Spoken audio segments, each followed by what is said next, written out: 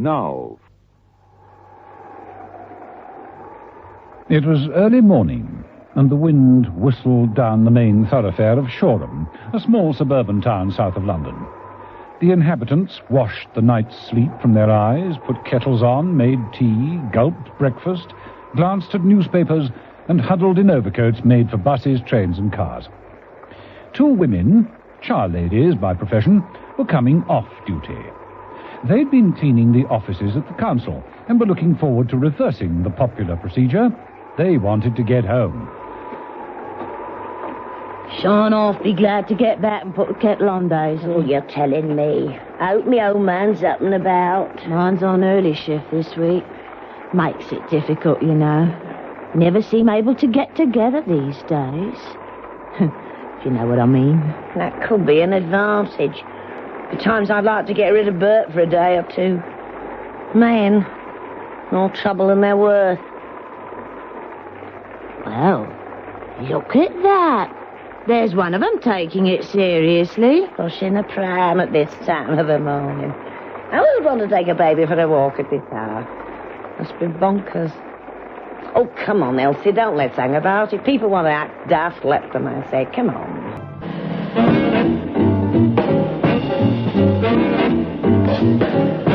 Episode 1 of this story, in which John Steed and Emma Peel are assigned to an investigation which could lead both of them to a quick, slow death.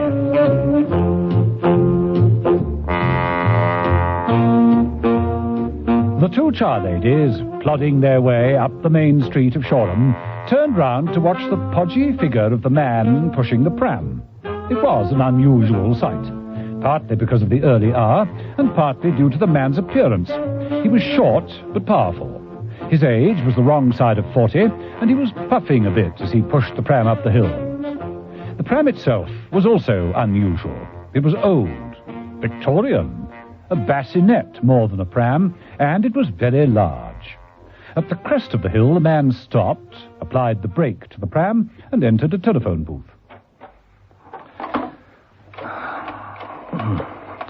Money. Have I got enough change here? The man was about to drop a coin in the machine and press button A when he glanced out of the windows of the booth.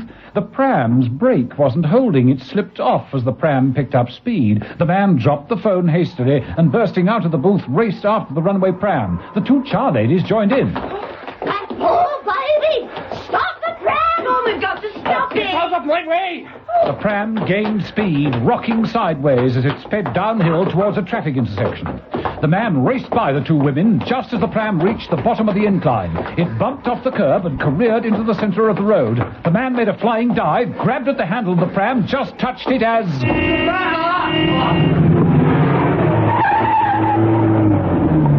The van, coming round the corner, skidded as it tried to avoid him. It caught him a glancing blow which flung him into the gutter. The pram slowly tipped over. The contents spilled into the wet road. The two char-ladies panted to a stop and looked down at the scene. Oh, blimey! Look at that! Out of the pram! But he's not a baby at all. He's a fully grown man. In evening clothes. And he's dead. Shot in the chest.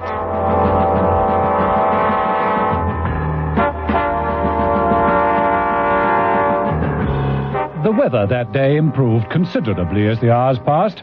By lunchtime, the sun managed to banish the watery clouds. Down in the country, John Steed was putting in a little target practice. Steed operated a small target launcher. It tossed empty beer cans into the air. Steed snatched up a gun. He was really doing quite well. Mrs. Peel, appearing from behind a hedge, caught the can neatly. Oh, that... Hello there, Steve. Good day, Mrs. Peel. You appear to be in splendid form as a fielder. Oh, well, I have been told that as a silly mid-off, I have few equals. Well, like to make yourself useful with this? You mean launching the beer cans for you? Of course. Two in a line, both barrels. Ready? Here we go. Not bad. But, Steed, you didn't invite me down here to act as a gun bearer. That's true. There's someone down here I'd like you to meet. Oh. With a view to work, business, pleasure, romance? Work. I was afraid of that. Here we go again. Steed, you missed. Of course, that was a full can of beer. My pre-luncheon refreshment. Hate to see good beer going into orbit. Who am I to meet? Willie Fair. He used to be a top agent, but he's now relegated to traffic control. Traffic control? For incoming spies. He's the man who makes the general arrangements on their arrival. You know, he sees to their accommodation, money, necessary cover, all that sort of thing. And why should I meet him? Well, he had a bit of an accident earlier today. Ran off the road, got knocked down. All a bit of a mess. There was also a dead man in full evening clothes. Oh, and what does Mr. Willie Fair have to say in explanation? I don't know. He's up at that house on the rise over there. I haven't seen him yet. Thought I'd wait for you first. Right, last 2 cans, Mrs. Peel. Like to try? Anything you can do, I can do better. Annie Oakley Peel, that's me. Let him go.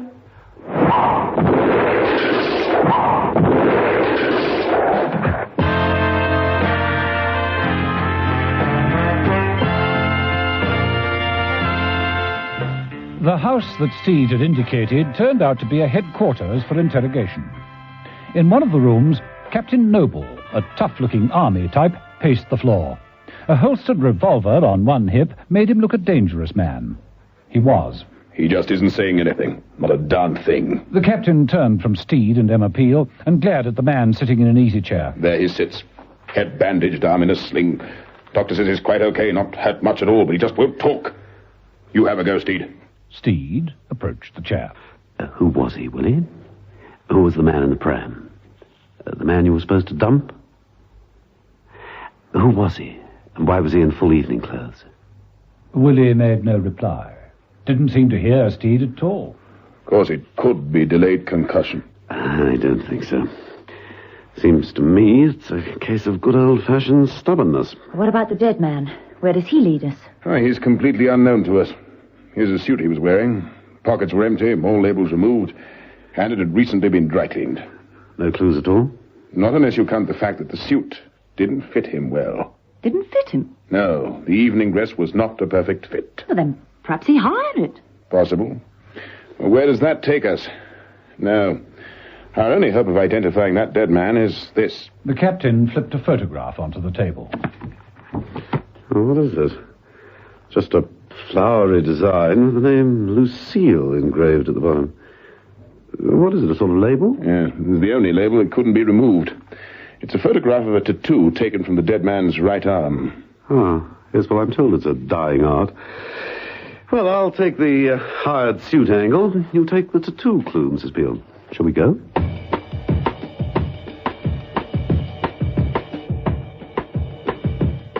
Sometime later, Mrs. Peel called upon one of the most famous salons in London, Toby Tintry's Terrific Tattoos.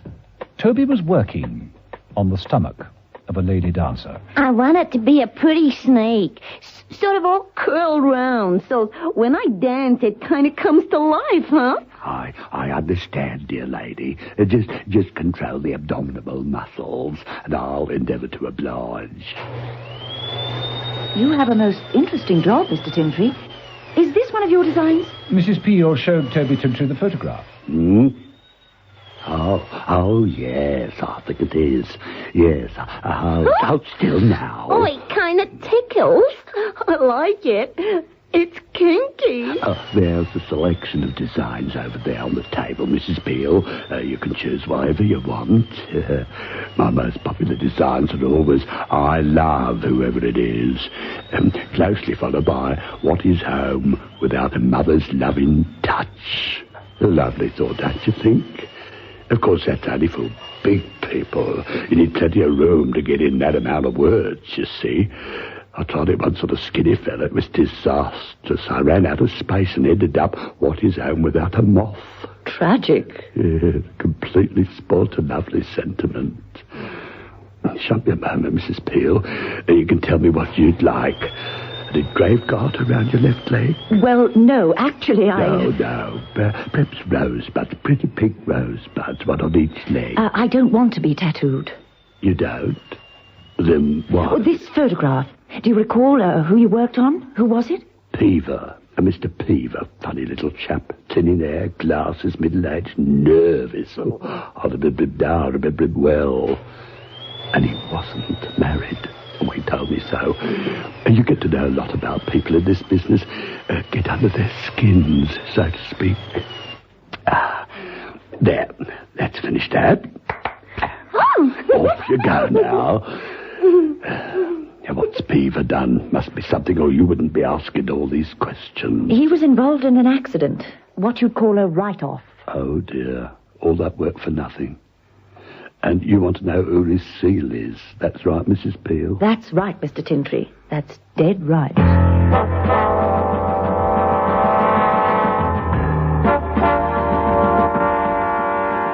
While back in the interrogation room, Willie Fair still sat motionless and lethargic. The captain continued to pace the room. Steed had left. They were alone. There was a knock at the door. Oh, that'll be food. The only time you open your mouth is to eat. The captain moved towards the door. Willie's eyes flickered, fastened on the revolver at the captain's belt. Willie stood up, removed his tie, and moved silently after the captain, his hands outstretched and murder in his eyes.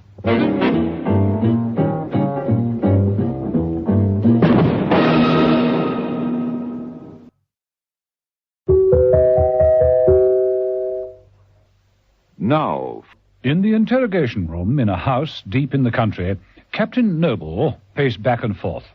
He glowered at the slouched figure of Willie Fair. Willie sat in the easy chair, his face impassive, his eyes open but expressionless. He hadn't spoken a word, not to the captain or to John Steed or to Emma Peel.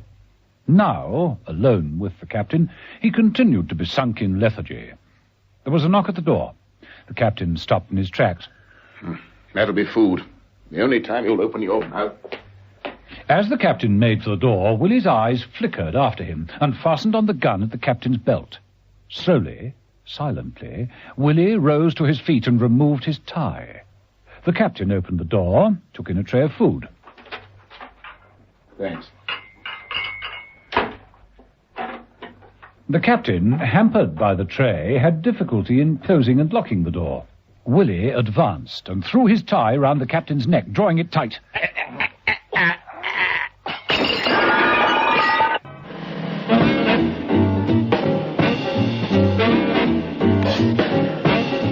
Episode 2 of this story, in which John Steed and Emma Peel find their investigations lead to a dancing school where students could be taught, among other things, the quick, quick, slow death.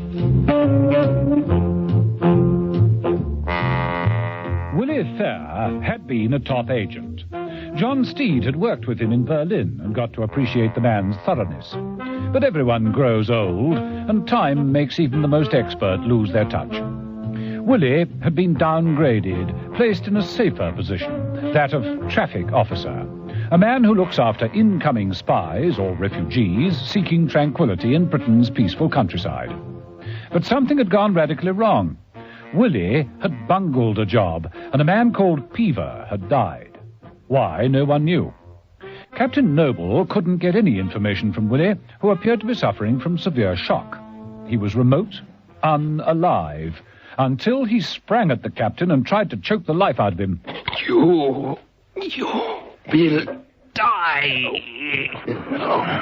No. The captain reached for the gun at his belt, withdrew it from its holster. The struggle continued. Captain Noble got a grip on the gun and turned it into Willie's body. Willie jerked back under the impact of the bullet, but tenaciously held onto the tie, pulling it tighter and tighter around the captain's neck. The captain passed out. Willie, holding his wounded side, staggered to the telephone. I must. Oh.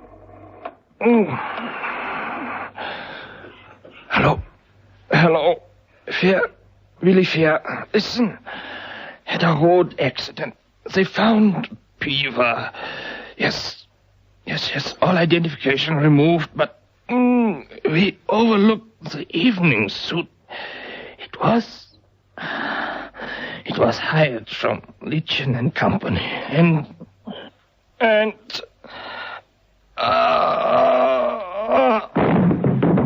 Willie fell to the floor, and the telephone receiver swung silently to and fro. There was a click from the phone, and then silence.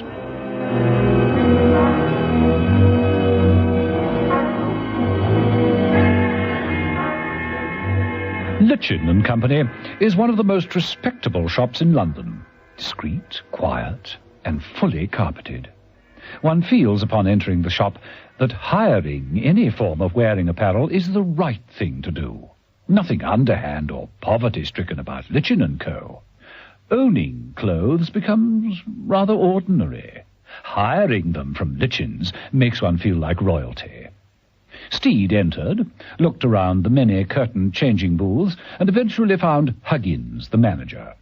He showed him Peever's suit of tails. Huggins held it up. Yes, this is definitely one of our suits. I recognize the cut, but dear me, his decorations must have been worn very clumsily.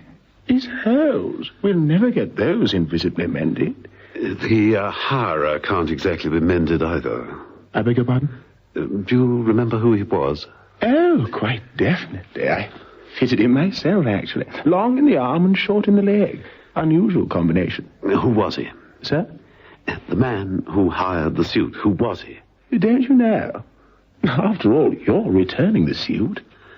And with all these holes in it, I'm afraid you'll have to forfeit the deposit. The deposit is yours. I made it all quite clear to Mr. Peever. If there's any damage, I said, then you'll have to Peever? Yes? Do you have his address? It'll be in my book, but that kind of information, sir, is strictly confidential. But not between business associates, surely. Business? I'm from Baggy Pants. Baggy Pants? Shh. Top secret work, diplomatic corps only.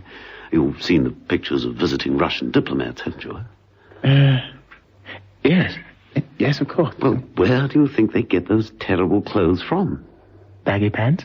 Baggy Pants. Guaranteed to destroy anyone's image in one zip. I'll get Peever's address for you. Huggins moved off towards his office beyond the changing booths. Sider, another assistant, swanned his way over to Steed and offered to show him a selection of hats. Steed, with nothing better to do, took off his bowler and tried on an admiral's hat.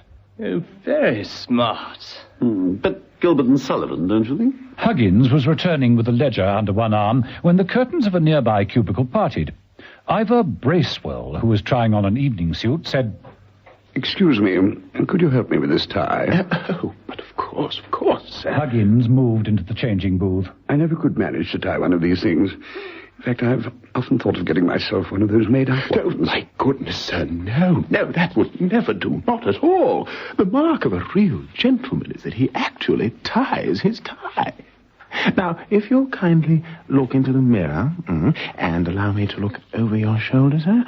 That's it. Huggins moved behind the man, who quietly slipped a hand into the cummerbund at his waist and withdrew a deadly-looking knife. Huggins was still speaking when... Yes, it's a fact, sir, that in some places they won't allow you in unless you... Steed hung about for some minutes and went to look for Huggins. In doing so, he nearly collided with Bracewell, who was leaving the shop. Oh, so sorry. My fault.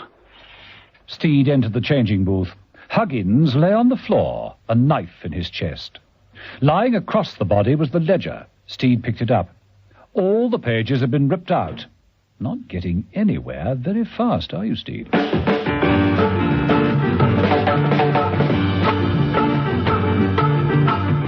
Naturally, confusion reigned in Litchin & Co.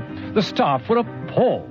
Not just because of Mr. Huggins' popularity, but because such a thing had happened within the shop itself. Such a terrible thing. At Litchin's of all places.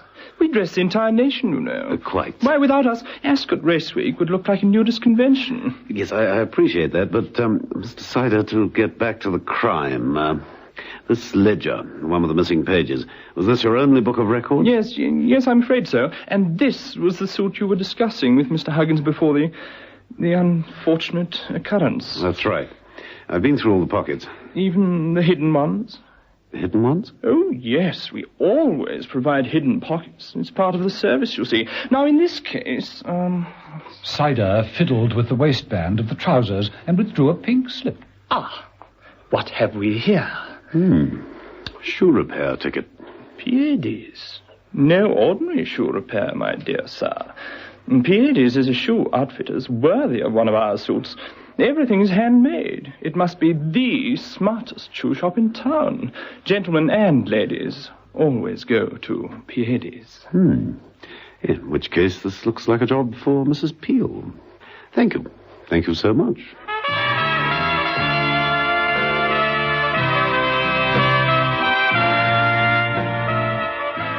And so Mrs. Peel was asked to call at Piedis.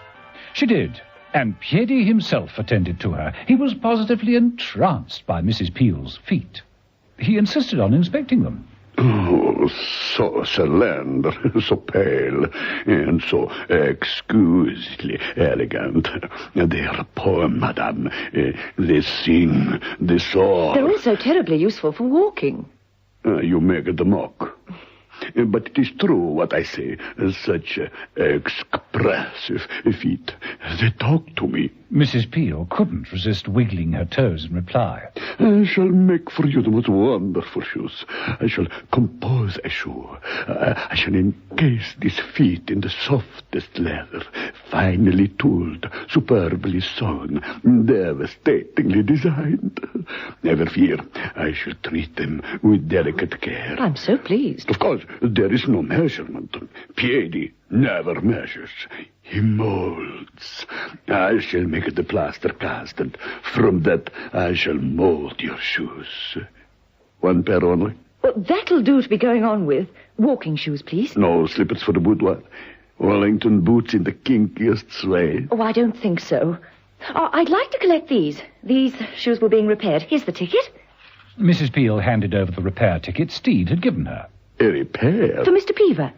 You do remember Mr. Peaver, don't you? 2 cons and a banyan. Regrettable. It saddens me to admit it, Mrs. Peel, but his shoes were not specially fitted. They weren't? Even the most skilled craftsman must lower his standards on some occasions. This was one of those things. It was, I blush to confess, a job lot that we delivered. All at different sizes. A job lot for whom? A team of dancers, ballroom dancers. Men in tails, women in tulle and sequins, and all of them positively thrashing their poor arches to destruction, doing irreparable damage to their extremities. This team of dancers, where do they come from? Terpsichorean training techniques. It's a dance school. Actually, I'm told they're looking for dance instructresses. Oh? Dance instructresses? How very interesting. Mrs. Peel, you would not be considering... Oh, no, not with your lovely arches. It would be criminal. Oh, don't worry, Mr. Peedy. I shan't become a fallen woman, and I shall never have fallen arches. I wouldn't bet on either of those facts, Mrs. Peel.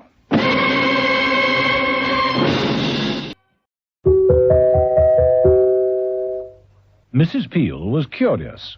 She made her way into the building that housed the dance studio, Terpsichorean Training Techniques, noting with interest an announcement that hung from the glass doors, "Instructress wanted." Mrs. Peel pushed open the door and entered. Mrs. Peel looked around the foyer with interest, reading the posters. Dancing feet or happy feet? Tantalizing Terpsichorean techniques taught. Try it the Latin American way. 1, 2, 1, 2, 3, that's it, 1. 1, 2, 3, 4. Now come on, relax a little more, head up. 1, 2. Now use your feet. Oh, splendid, that's lovely, splendid. I'll try it any old way.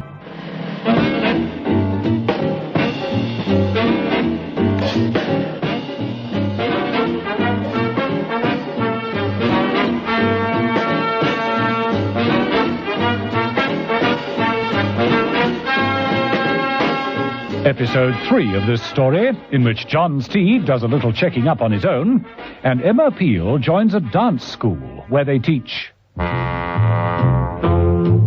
The quick, slow death. John Steed and Emma Peel were investigating the death of an unknown man in evening clothes who'd been toppled out of a pram one cold and windy morning in Shoreham High Street. Willie Fair, a passé agent, had been in the process of disposing of the body when an accident had knocked him unconscious. Fair himself had then met a sticky end when trying to escape during a period of interrogation. So, the dead man's identity remained unknown until both John Steed and Emma Peel had come up with the name Arthur Peever. Mrs. Peel's investigations followed the trail of Peever's dancing shoes. It led her to the salon of Terpsichorean training techniques. Mrs. Peel entered the ballroom. 1, 2, 1, 2, 1, 2, and back, lead, turn those, swing those feet and watch that balance. Up, up, up on your toes. Oh, control him a bit more, Nicky. Yes, Miss Banks. Nicky, a slim, pretty dance instructress, swerved a very fat man who appeared to be very heavy on his and her feet. So sorry, miss. I do beg your pardon. It's quite all right. Swing! Come round, round, round, that's it, round! I can't. The fat man stumbled. The impetus of the turn seemed to send him into orbit. Mrs. Peel was unfortunately within that orbit. Oh, dear, dear, dear. Oh, so sorry. Oh, well, perhaps this is as good a time as any to have a tea break. Take a break, Nicky, dear. I am Miss Banks, the principal here. Can I help you? Oh, I hope so. My name's Peel, Mrs. Emma Peel. And you wish to train to trip the Terpsichorean light fantastic. Well, Mrs. Peel, I can assure you that you've come... Well, actually, I want a job. Indeed? Yes. I saw you were advertising for an instructress, and I thought if the post was still vacant... Well, you're very tall. That could be a disadvantage. Well, we'll put you to the test, shall we?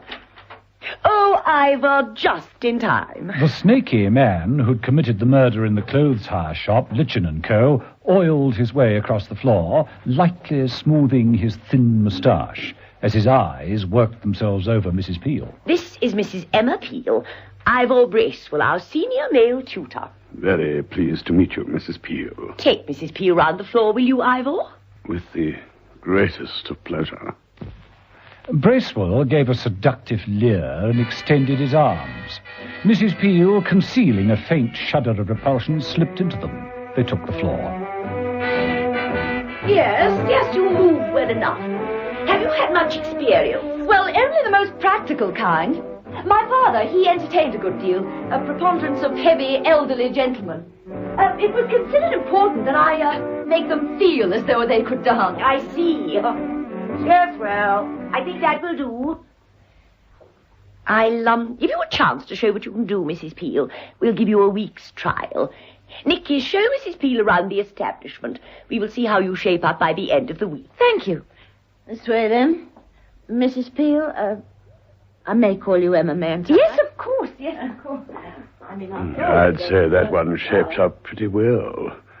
With a shape like that, how could it be otherwise? Keep your mind on your feet, Ivor, and your hands to yourself. This is business, not pleasure. Understand?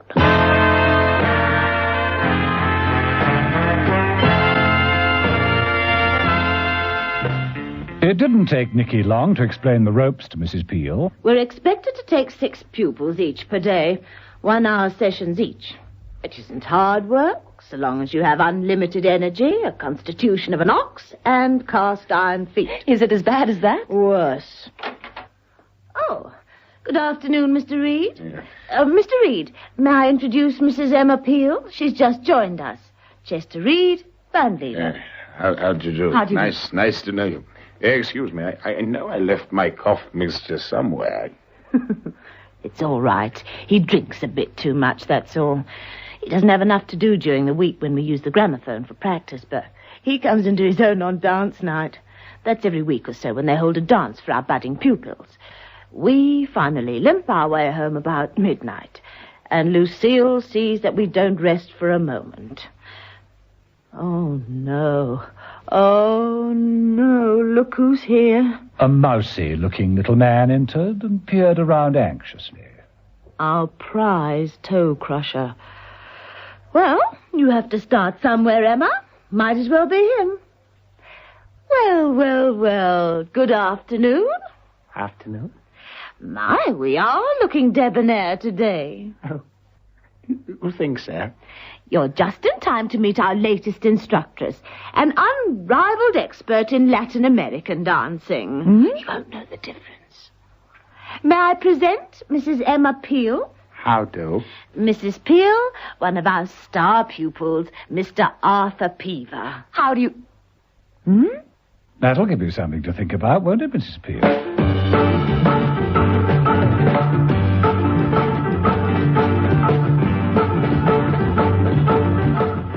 A few hours later, a rather exhausted Mrs. Peel turned up at John Steed's apartment.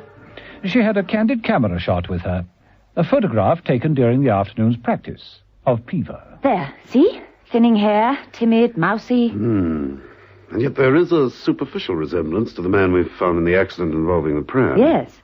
Seems we have 2 Arthur Peavers. One dead. And one learning to swing a dainty shoe. The trouble is, which is, or was, the real one? Well, this will help me. I found out the bank Peaver used. The manager should be able to identify him from this. Like to come along, Mrs. Peel? Oh, I wish I could, but I have to get back to the studio. I'm not exactly dancing for joy about the job, but it does give me the opportunity to do my Cinderella bit. What? Mrs. Peel brandished a pair of shoes. These were made for Arthur Peaver, and if the shoe fits, well, that'll tell us something. Bye, Steed.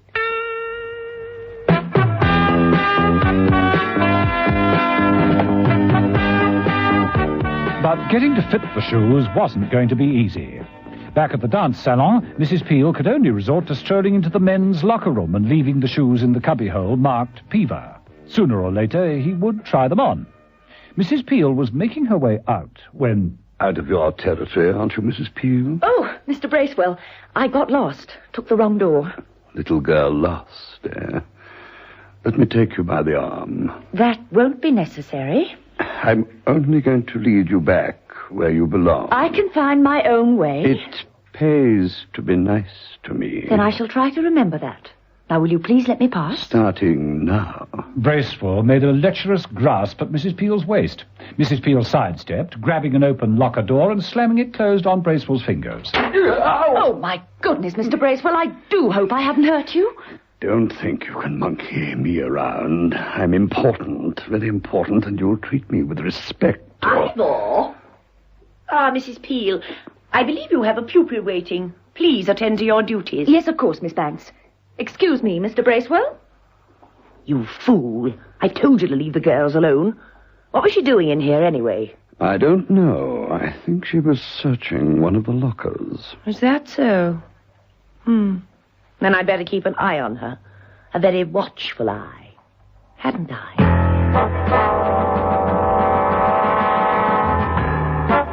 Steed headed for the bank. It was closed, but the manager was still there, and Steed explained his business. Yes, Arthur Peaver had an account here. Had? Then you know? Oh, yes. Sad. Very sad. Very, very sad. Quite a shock. This photograph, is it him? Yes, that's him. You're sure? Very sure. Very, very sure? Positive. This is Arthur Peaver. I never forget a face, despite the fact that I only met him once. You only met him once? Naturally. The day he came in to close his account. I see. Did he give you a forwarding address? Yes, he was a bit reluctant about it at first, but when I explained that I have to send details of his balance... Do you have the address? Somewhere here, yes. Here it is. Yes, care of Purbright and Company, Mackie Street. Thank you. Thank you very much. Mackie Street is dreary and gone to seed. Many office blocks stand empty. Others are in the process of being pulled down. Purbright & Co. were on the 9th floor. Steed wasn't mad about the shaky lift, which groaned its way upwards to a shuddering stop. Steed marched down the grubby corridor and rapped on the door. It said Purbright & Co. There was no answer. Steed tried the door. It was stiff. Steed put his shoulder to it. It flew open. Beyond the door was nothing, just empty space, a sheer drop to a disused plot of ground below. Steed clung to the doorframe and pulled himself back to safety, watching his bowler hat spinning to the ground below. Near thing, that, Steed.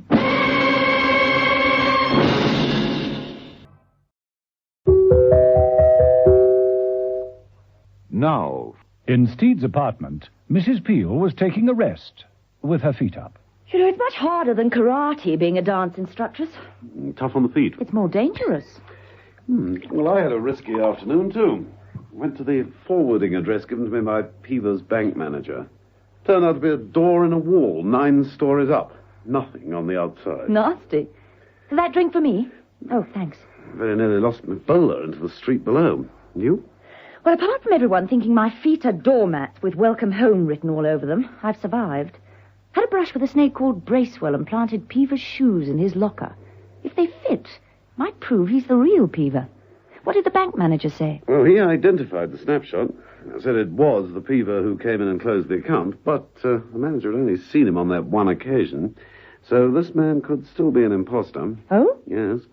The bank may have been dealing with the real Peever, and it was the fake one who closed the account. So, what now? Well, you'd better get back to work. I'll take the photograph along to the tattooist who worked on the dead man's arm. What was his name? Toby Tintry of Terrific Tattoos. You know, there are too many T's in this case, Steed. Then how about the other half of the drink?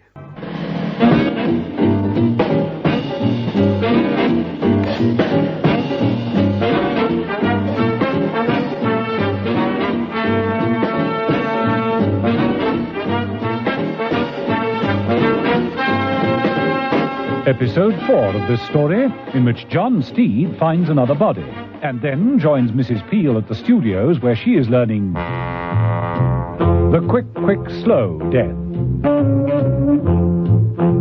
Mrs. Peel thought she'd got the raw end of the deal, but then she usually did when assigned to a case with John Steed.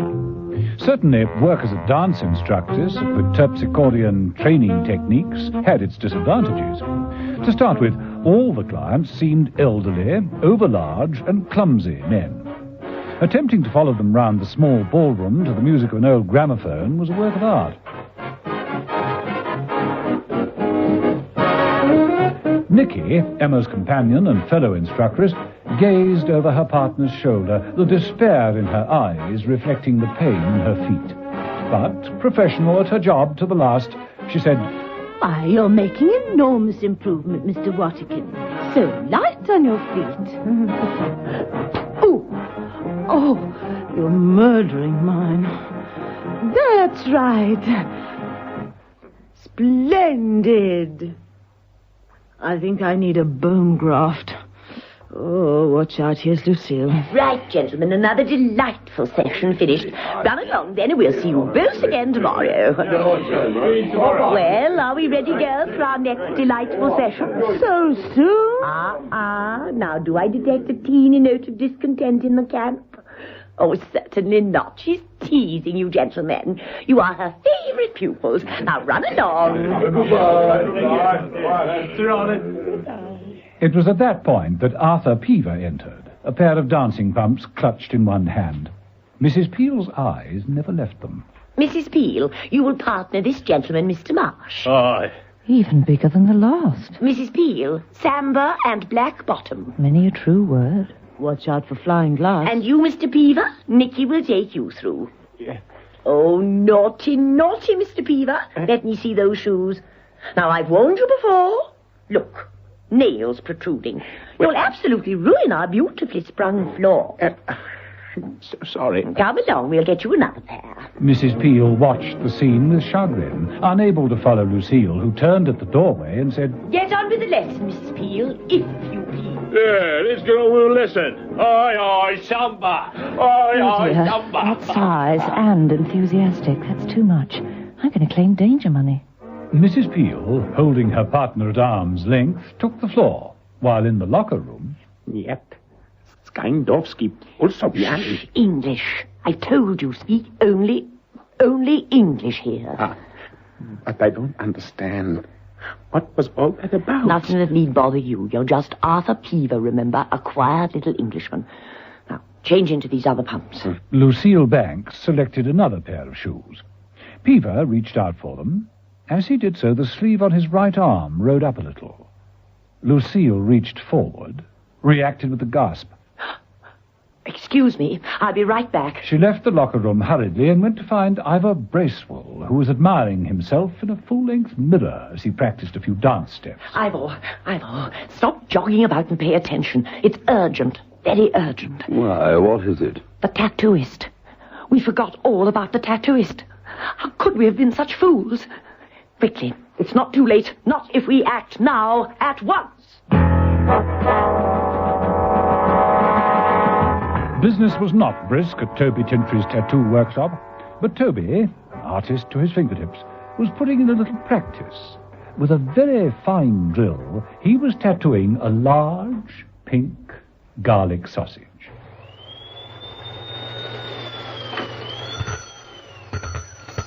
Toby Tintry hardly looked up from his work. He was engrossed. Oh, come in, come in. You don't mind holding on for just a moment, do you? This is a little fad of mine, practicing on a garlic sausage. Helps to keep my hand in when things are a bit slack. You see, you need a very delicate touch indeed. Unlike human skin, which is surprisingly tough, one false move on a sausage, it's all torn to pieces. Now, what can I... Tintry stopped. A man had approached the counter. He placed his left hand on it. Tintry, glancing sideways, saw clearly tattooed on the wrist a rose. He put the drill down. Oh, that's nice. Now, not my work, of course, but I can appreciate another's crafts. Oh, it's marvellous, yes. Tintry broke off as his eyes went from the tattoo to the man's other hand. In it, as though by magic, had appeared a pistol. It was fitted with a silencer. What is it? You! Tintry gasped and fell behind the counter. The drill started to whir away, jumping and jerking on the end of its cord. The assassin, who had not uttered a word, walked out of the shop.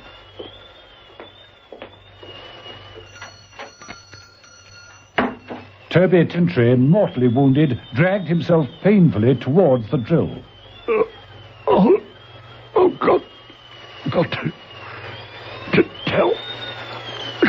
I've got to...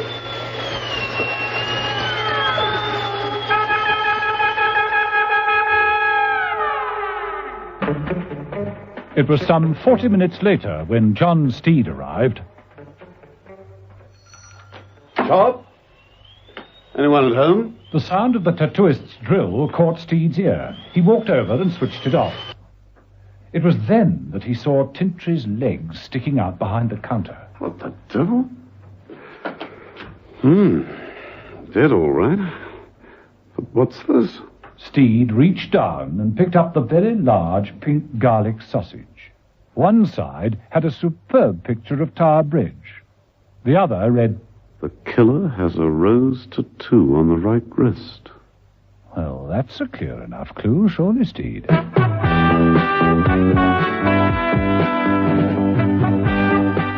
In the dance salon, Mrs. Peel was enjoying a welcome tea break.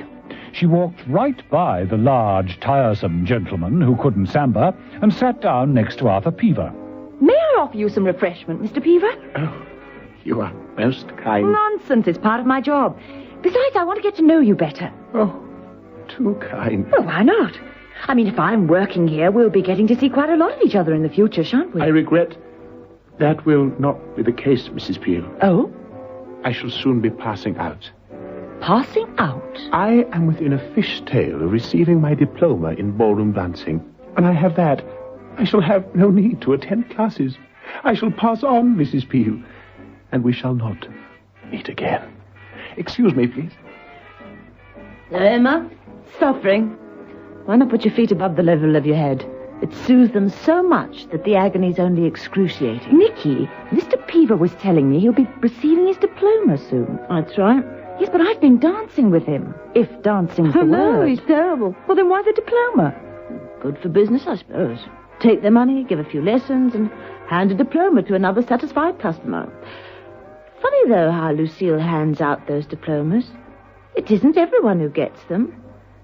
They're just handed out to a select few. Then, diploma in hand, they disappear. Never knew one who came back later.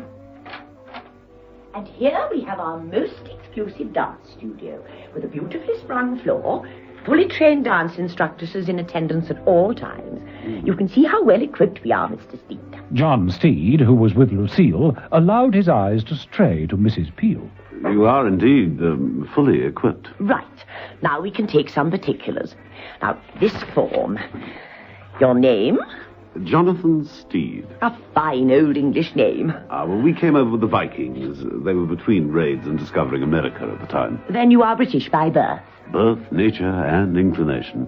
Though I haven't spent much time here of late. Been abroad, you know, only returned last week. To see your family? Alas, I regret I have no family and no friends. And you wish to learn to dance? Well, brush up more than anything, you know. Once upon a time I swung a rather elegant shoe, but now I'm fearfully rusty. I see. Well, you may have your first lesson whenever convenient. Why not right now? Oh, very well. Excuse me, I'll make the necessary arrangements. Steed strolled around the studio and ended up near Mrs. Peel. What are you doing here? Looking for a killer with a rose tattoo on his wrist. What? Here, take this parcel, read the message, and destroy it. Destroy it? How? Eat it, Mrs. Peel, if you can. Hope you're keen on garlic sausage, Mrs. Peel.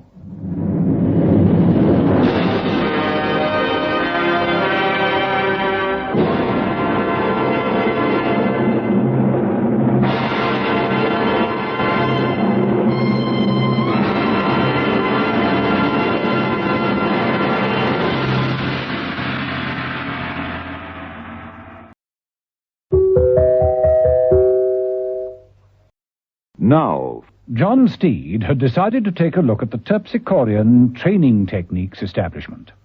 Mrs. Peel, who was working there, had told him all about it, but he wanted to inspect it himself.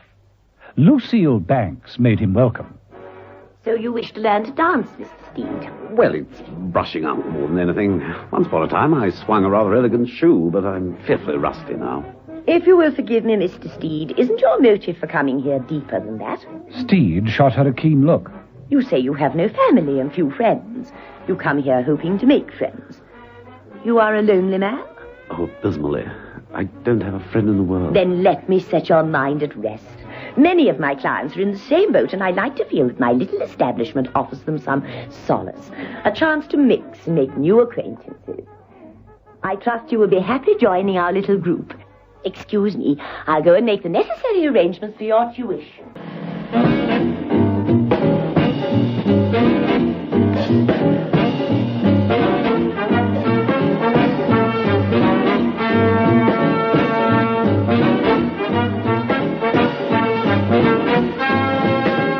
Episode 5 of this story, in which John Steed takes private tuition in, and Mrs. Peel begins to guess what lies behind. The quick, slow death. Privately, both John Steed and Emma Peel confessed that they had seldom worked upon a case that had so many clues. Most of the clues were so bewildering that they did nothing to clarify matters. In fact, it was all becoming a little too complex.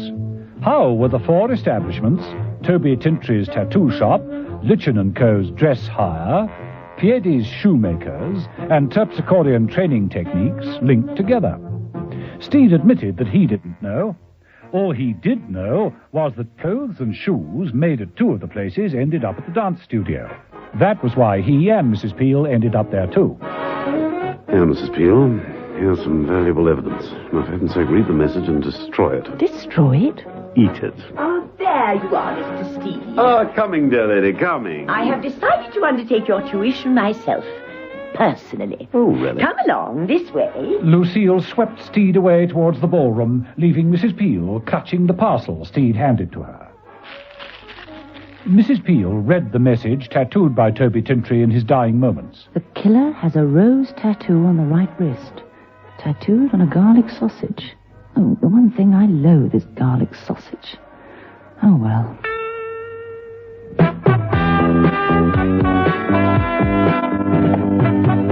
Back in the ballroom, Lucille put on a record. They danced. I'm surprised you're still a bachelor, Mr. Steed. Oh, you are a bachelor. Oh, yes. There was a girl once, but alas and alack, she is no more. She married? Died, passed away tragically. Oh, on your travels, the Amazon, a crocodile? 21 bus outside King's Cross, actually. Oh. Since then, well, I've always remained single and gone by taxi. Oh, but come, Mr. Steed, there must be someone in this big city that you know. No, I'm afraid not. I told you, I haven't been back all that long. All my friends have moved away and I have their family. Oh, why, you poor man. Why, just think if you disappeared tomorrow, no one would know or care, would they? Got the message yet, Steed?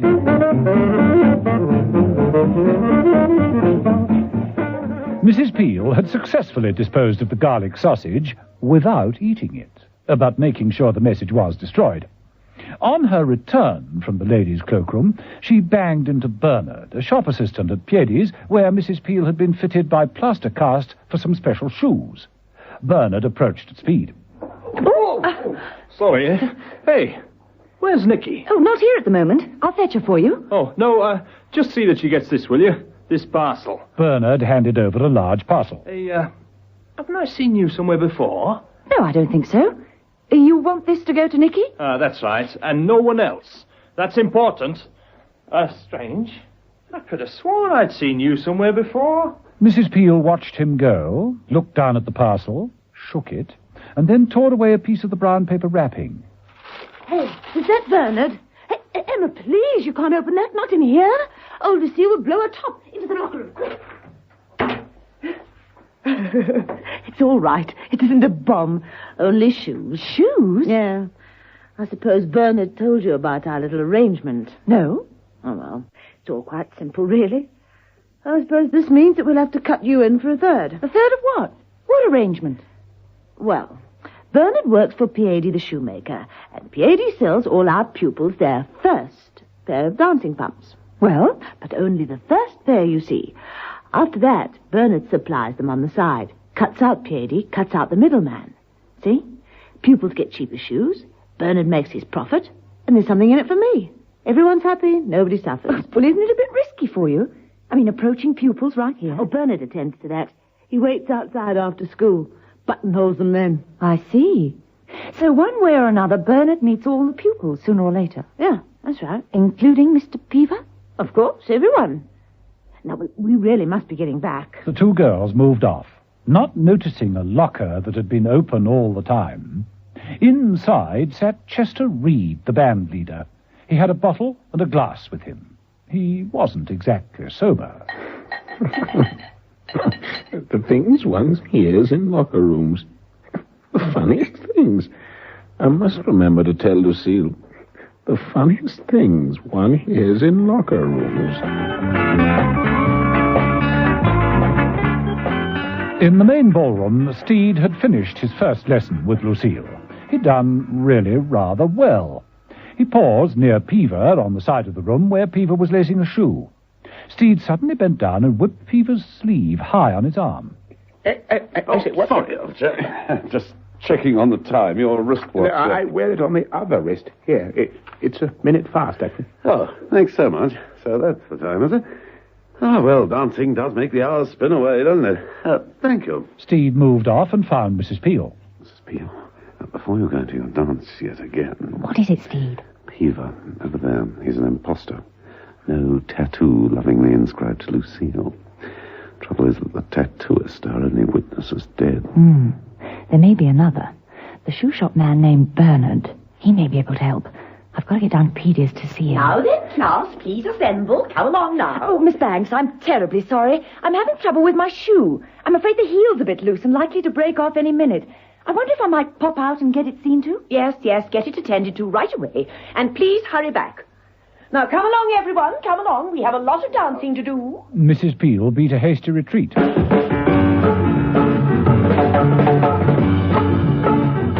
Back in Pietti's shoe shop, Bernard was making up for lost time. In the workshop, he was preparing a bowl of plaster, mixing it thoroughly. He was so engrossed in the work that he didn't hear either Bracewell enter. Bracewell tapped him on the shoulder. Bernard? What the... Bracewell, what do you want? This. Bracewell laid him out with one blow, and then carefully arranged him at the workbench, thrusting his head deeply into the bowl of plaster. He was still there, with the plaster hardened, when Mrs. Peel found him, dead. Poor old Bernard. Really plastered this time. Back in the dance salon, Mrs. Peel managed to whisper the truth to John Steed. He's dead, all right. So, we've lost another witness and found another victim. So now we have to go... Back to square one? To the heart of the matter. Peever is an imposter, and this dancing school is conniving to the deception, so... Carry on dancing, eh? Oh, well. Oh, there you are, Emma. Give me a hand with these posters. Yes, sure. What are they? Gala night. Tomorrow night.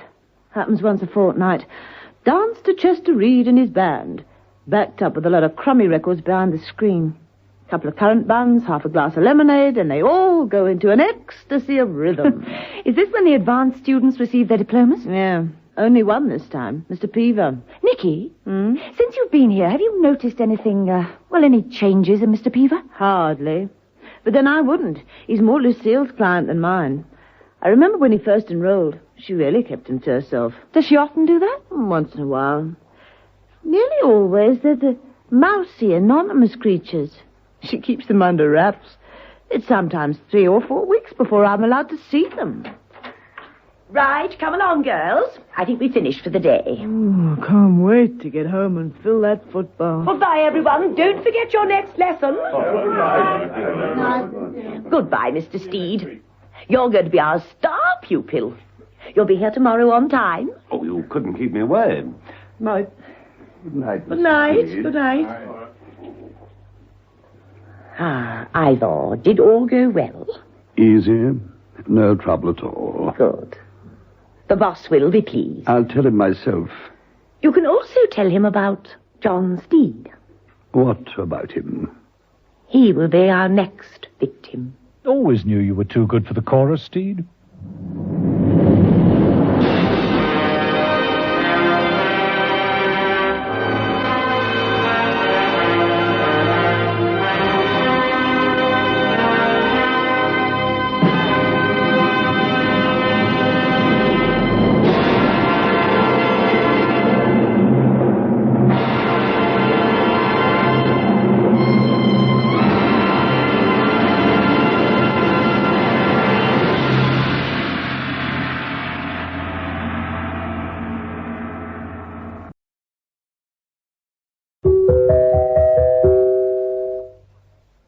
Now.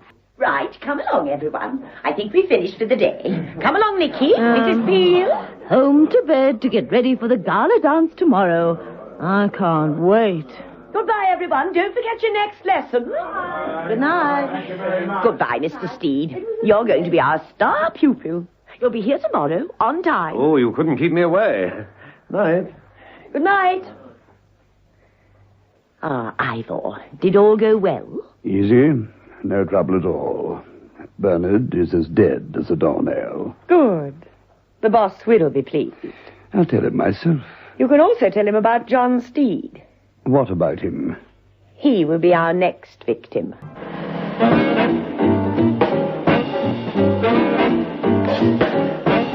Episode 6, the final episode of this story, in which John Steed and Emma Peel go into their dance and solve all the problems caused by the quick, slow death. John Steed and Emma Peel were now quite convinced that the dance salon, Terpsichorean Training Techniques, was a cover-up organization. They knew there was at least one imposter as a client, and they were sure there was a direct link between the activities of the dancing school and several mysterious and gruesome murders. There was a gala night planned, and Mrs. Peel got to the studios early. Not because she wanted to practice, oh no, she wanted to snoop. In a corridor flanking the main ballroom, it was clear that someone was rehearsing.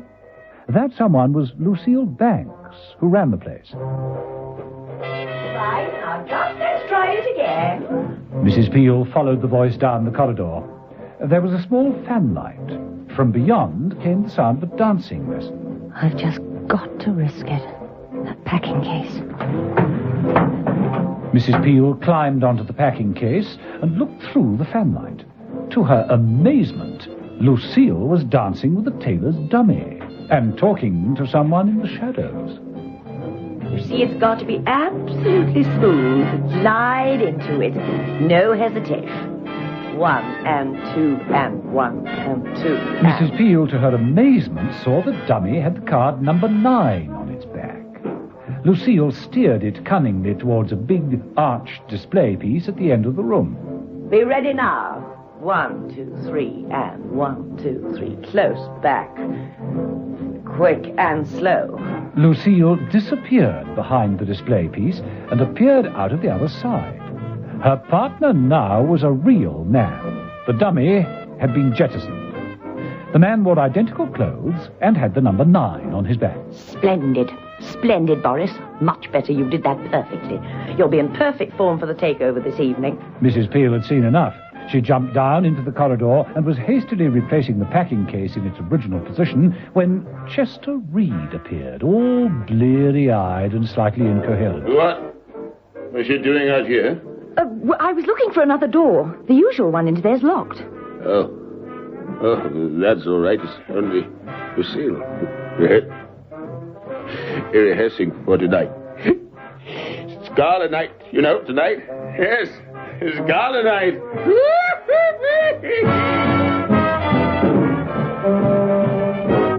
In Lichen & Co. dress hire, John Steed was also preparing for gala night. He was resplendent in full tails. Cider was fitting him. A splendid fit, sir. Yes, splendid fit. Thank you. Now, where is the gentleman's secret pocket? Oh, right here, sir. Cider indicated a secret pocket in the waistband of the trousers. Ah, excellent. Steed dropped a miniature gun into the pocket. Might run into a spot of bother tonight. Can't be too careful. I see. No, if you will forgive me, sir, that the suit, you won't forget it. It is on hire, and if damaged, the deposit will have to be forfeited. Yes, I know. Yes. Don't worry. If the worst comes to worst, I'll endeavour to get shot where it doesn't show. Very thoughtful of you, sir. Thank you so much. Best of luck. And later, at the dance salon, things were really swinging.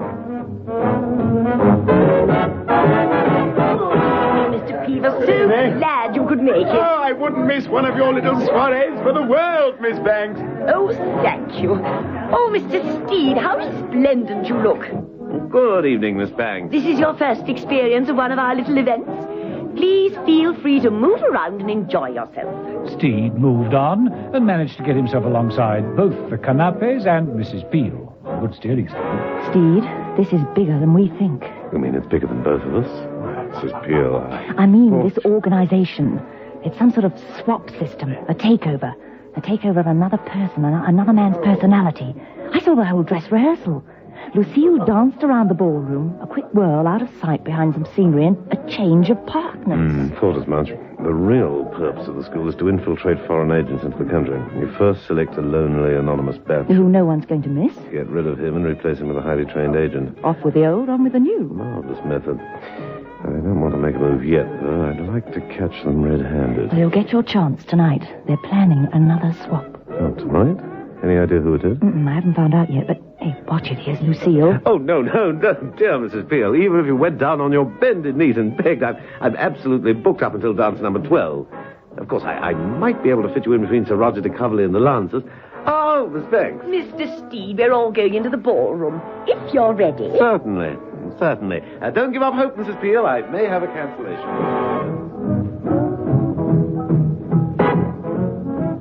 Mrs. Peel hung back as all the guests trooped in. She hid behind a potted palm when Ivor Bracewell approached with the man she'd seen rehearsing with Lucille. You go through there to the back of the studio. He'll be wearing a number 9 on his back, like you. I understand. I have rehearsed. Good. And off you go. No slip-ups. The boss doesn't like 'em. Mrs. Peel, sure now that she was right, moved into the ballroom, where Lucille was making a speech. I must explain that this is now competition time. Chester Reed has kindly consented to do the judging. It will be on your dancing alone. Steed? Steed, I've located the next victim. Who? He'll be wearing number 9. Steed, Mr. Steed, this is your number. Oh, 6. Oh, we can eliminate me. Mrs. Peel, I understand you've been chosen to partner me. Ivor Bracewell, how nice. Who would have thought it? Mr. Steed, we are dancing together. Oh, are we? Charmed. Lucille. Allow me to pin the number on you. Lucille moved behind Steed, and with 2 pins provided, pinned the number on his back. Pity you haven't got eyes in your head, Steed. She'd put the 6 on upside down. You're number 9. At that point, the music started up. The 1 o'clock jump.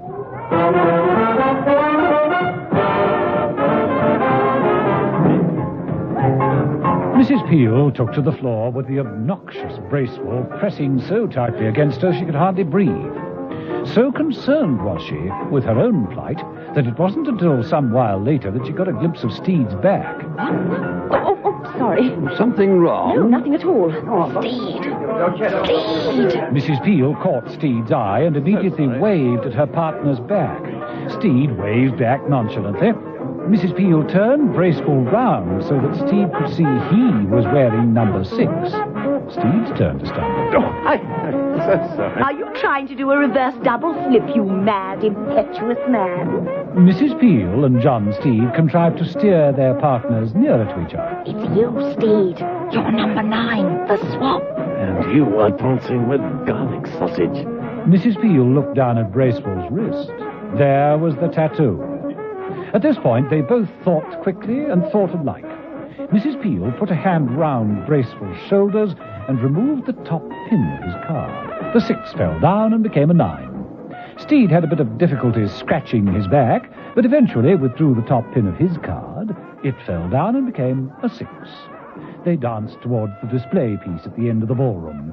Steed and Lucille sailed in first, and much to Lucille's surprise, out of the other side.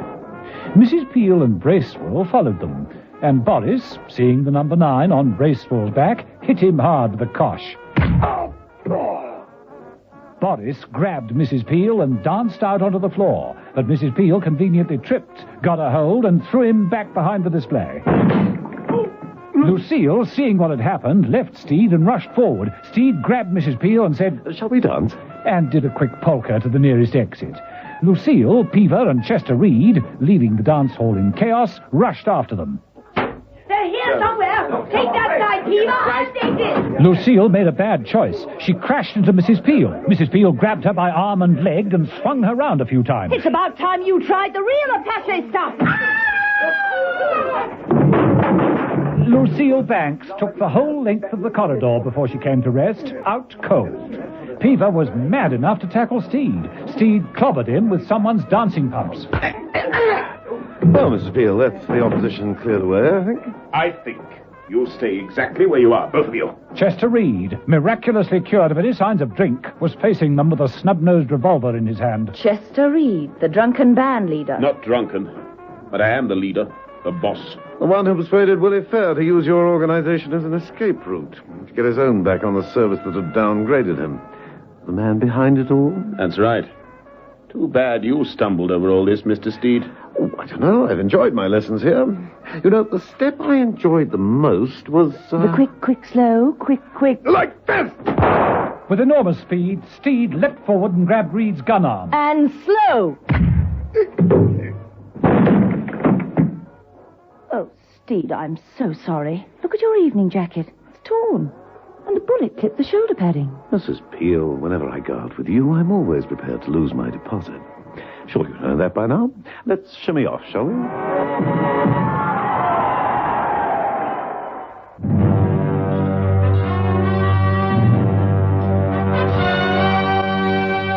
The Avengers.